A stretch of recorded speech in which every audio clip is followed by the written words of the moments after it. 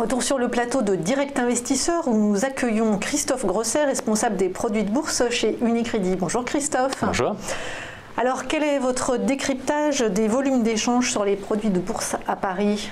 Avant tout, le rappel, le mois d'octobre avait été particulièrement dynamique puisqu'on avait frôlé le demi-milliard d'euros échangés avec 470 millions d'euros échangés au cours du mois d'octobre. Et depuis le début du mois, on pourrait dire que ça se passe bien puisque nous avons déjà dépassé les 80 millions en gros 5 séances, ce qui est relativement actif. Donc on n'est pas sur les maximums qu'on avait connus en octobre. Cependant, on a eu plusieurs séances, dont celle d'hier, qui ont été particulièrement actives et qui ont permis à nos investisseurs d'aller saisir des mouvements.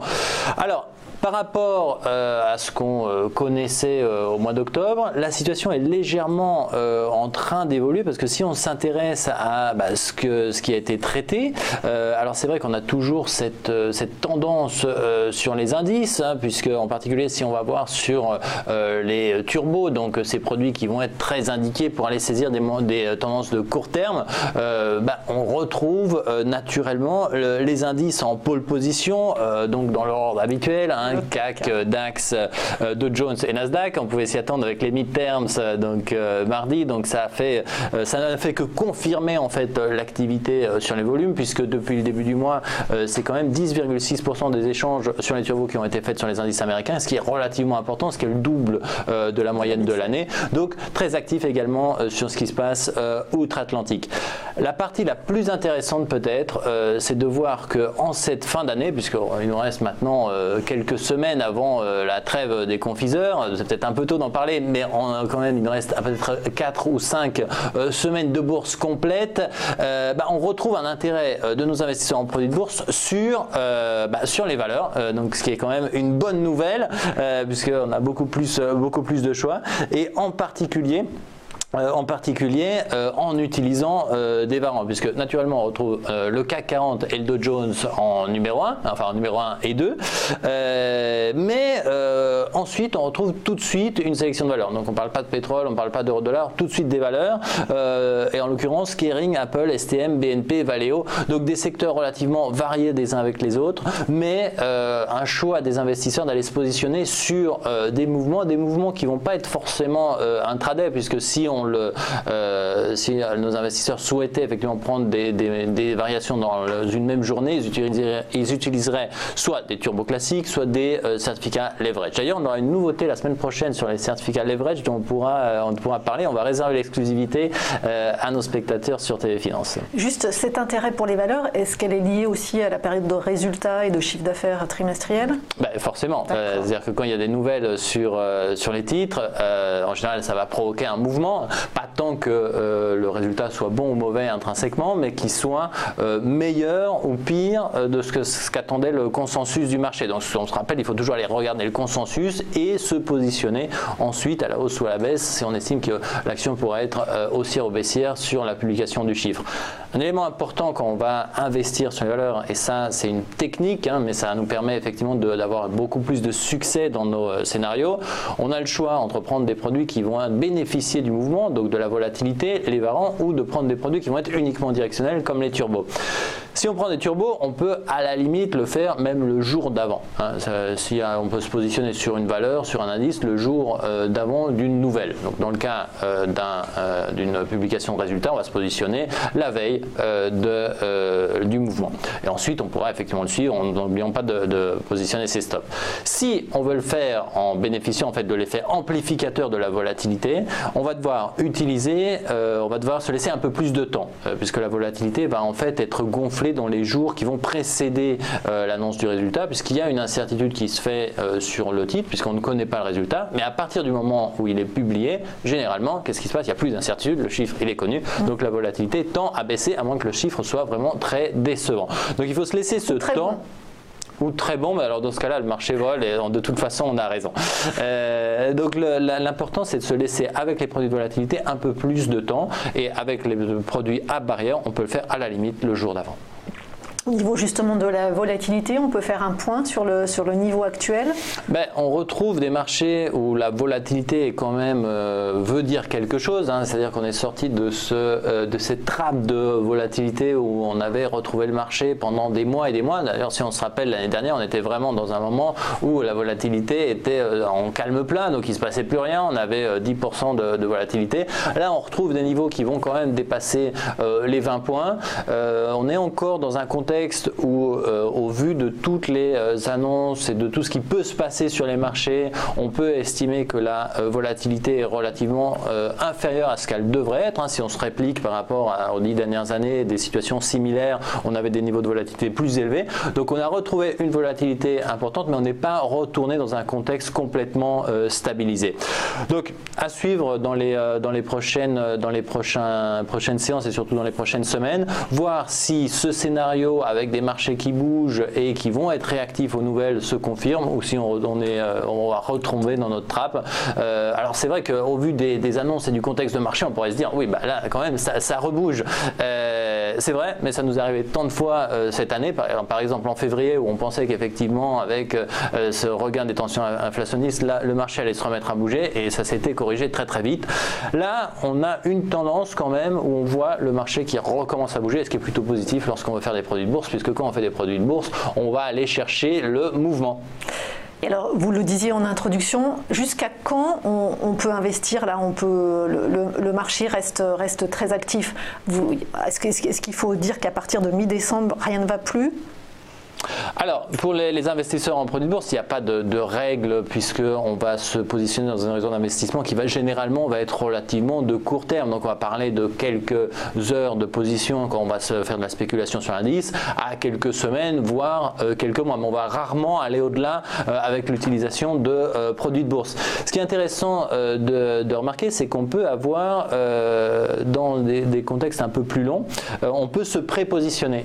Parce que l'avantage des produits de bourse, ça va être fondamentalement l'effet de levier. Alors l'effet de levier, c'est vrai que ça bouge plus vite, mais surtout ce qui est intéressant, c'est qu'on va pouvoir limiter le capital qu'on va devoir mobiliser pour investir. C'est-à-dire que par exemple, si on le sait, au mois de janvier, généralement les marchés ils bougent. Donc si on attend qu'ils aient déjà bougé pour se positionner, peut-être on va rater le train. Donc deux stratégies. Là, il nous reste éventuellement pour le mois de novembre la possibilité d'aller saisir quelques mouvements. On en a parlé d'ailleurs dans un webinaire qu'on a fait hier, sur lequel on pourra revenir. Mais surtout, on peut déjà se prépositionner à partir du mois de novembre, mais déjà au mois de décembre, sur des valeurs qu'on estime que dans la première partie de l'année 2019 pourraient bouger. Et l'intérêt des produits de bourse, c'est qu'on ne va pas devoir mobiliser l'ensemble du capital, mais seulement la quote-part liée à l'effet de levier. Un exemple très simple. Si on prend un produit qui a un fort effet de levier, par exemple de 10, ça veut dire qu'on va pouvoir investir 10 fois moins que ce qu'on investirait directement sur l'action ou l'indice. Et ça, c'est quand même un avantage, puisque la somme qu'on va mettre en jeu est beaucoup plus limitée. Donc, en fait, le produit de bourse, ça va me permettre de saisir des mouvements, mais également de me prépositionner sur des tendances qui ne sont pas encore actuelles, et celles de 2019. Et c'est justement l'un des thèmes qu'on est en train de porter, puisque attendre effectivement que les marchés bouge en janvier, ce sera trop tard. Donc on peut déjà commencer effectivement à réfléchir à quelles sont les stratégies qu'on va devoir mettre en œuvre. Parce que de toute façon, notre année boursière, elle est plus ou moins finie. On peut essayer de faire quelques coups, pourquoi pas avec de l'effet de levier, mais il faut déjà commencer à penser pour 2019. Et dans le cadre de notre opération, le tournoi des produits de bourse, donc on est en train de conduire, on en a beaucoup parlé sur TV Finance. Donc je le rappelle, on alterne une semaine de jeu la semaine dernière et une semaine où on parle de que faire en bourse. On essaie de diffuser la compétence boursière, de vous donner naturellement des idées pour investir.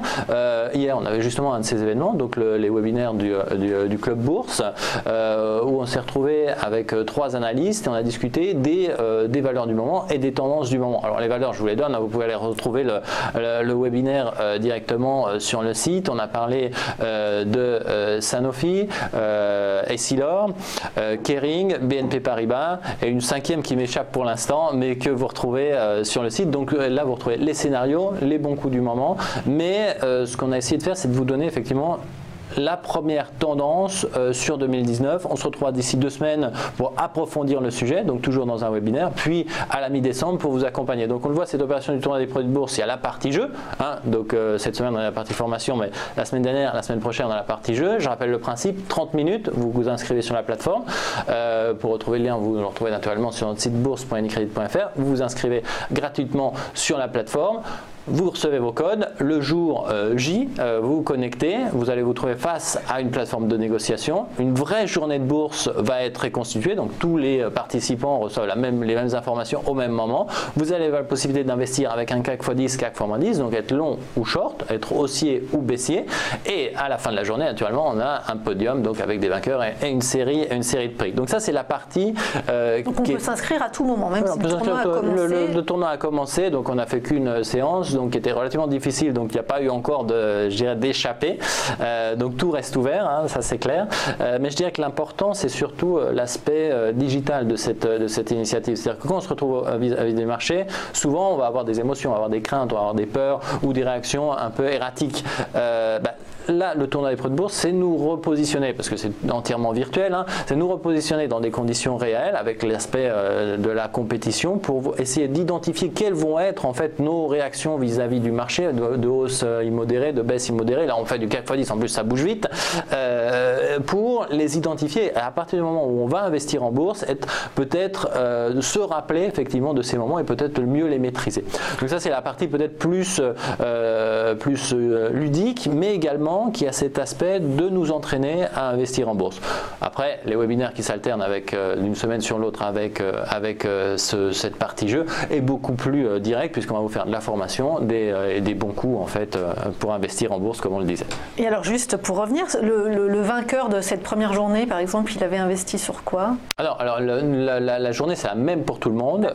C'est le CAC 40 pour tout le monde, et on a le droit d'utiliser deux produits, un certificat à CAC x10, donc émis par Unicredit, côté sur un expérience, un CAC x-10, donc simplement des produits qui vont accélérer la variation du CAC. Ce qui est intéressant, c'est qu'on fait ça en direct, et je les remercie à cette occasion, de la salle de surveillance de Euronext Paris. Donc on est vraiment au cœur des marchés, on essaie de reconstituer toutes les actions, et pour les vainqueurs d'ailleurs des diverses sessions et généraux, on aura la possibilité d'aller sonner la cloche, donc la cloche des marchés, ce qui est toujours effectivement agréable. Donc ce tournoi se poursuit jusqu'à quand? Jusqu'au 13 décembre, donc chaque semaine on peut se retrouver, soit pour donc le tournoi, soit pour le webinaire. Donc hier on a eu notre webinaire, vous retrouvez donc toutes les analyses proposées à cette occasion sur le site bourse.unicredit.fr. La semaine prochaine, donc on aura notre session, donc là également vous aurez la possibilité de participer, donc c'est, je le rappelle, ouvert à tous, donc le 13 novembre.